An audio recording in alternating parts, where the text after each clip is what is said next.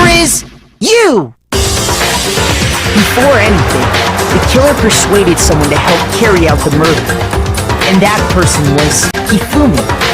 With an accomplice, the killer was able to execute a number of otherwise impossible schemes.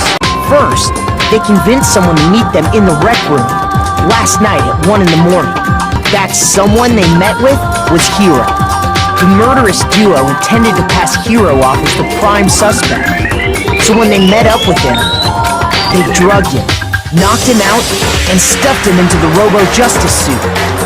Hifumi positioned himself to make it look like Robo-Justice was attacking him, while the killer used a digital camera to take pictures of the assault. They did all this just to create evidence that would put the suspicion on Hiro. When they were done with him, they shoved him, still unconscious, into the pool room locker. And then finally, at 6 a.m., they moved into the murder phase of their plan. They called Taka to the equipment room. And that's where Hifumi killed him, making it the scene of the first murder. The murder weapon was Justice Hammer 4, which was left there in the equipment room. The reason Hammer number 4 was used was to create confusion about the order of the crimes. Next, they falsified 2 more assault incidents. For these attacks, the killers pretended to be the victims, to solidify Robo-Justice as the suspect. The first fake incident was the attack in the rec room. There, the killers wanted us to see Justice Hammer 1 and the Robo-Justice pictures they'd taken. They wanted to make sure we bought the surprise attack story. The second fake incident was the attack in the library.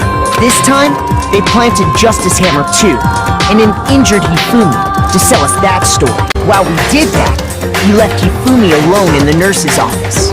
This was exactly what Hifumi was hoping for, and turned the room into a crime scene in which he himself had apparently been brutally murdered, agreeing to draw us back. And when we returned, that's what we found. Meanwhile, the other group that had been out searching found Taka's body at the same time. We left the nurse's office, and Hifumi once again took advantage of the situation. He simply got up and made his escape.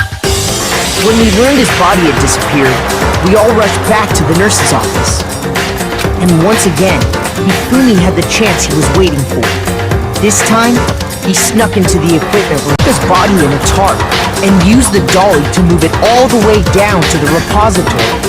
That explains how each of the bodies disappeared. But even Hifumi didn't know what the true killer had in mind for their final act. Their plan all along was to kill Hifumi and get rid of the one person who could betray them. And they did it using an ordinary, everyday hammer from the repository. That should cover everything that happened in this case. And the villain behind it all is... Celeste!